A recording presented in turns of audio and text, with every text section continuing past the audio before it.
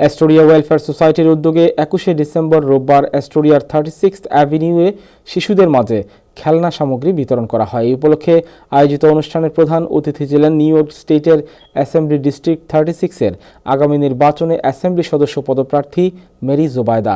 সংগঠনের সভাপতি সোহেল আহমেদ ও সাধারণ সম্পাদক জাভেদ উদ্দিনের পরিচালনায় অন্যান্যের মধ্যে উপস্থিত ছিলেন কমিউনিটি অ্যাস্টোরিয়া ডিজিটাল ওয়ানের কর্ণধার নজরুল ইসলাম, কমিউনিটি অ্যাক্টিভিস্ট জাহাঙ্গীর আলম, সংগঠনের সহ-সভাপতি কয়েস আহমেদ, উপদেষ্টা এমাদ চৌধুরী, সাংগঠনিক সম্পাদক মইনুল হক চৌধুরী, সদস্য মীর জাকির, জহিরুল হক, নুরুল হক, ইকবাল কবির সহ আরও অনেকে। এ সময় প্রায় শতাধিক শিশুদের মধ্যে হলিডের খেলনা বিতরণ করা হয়।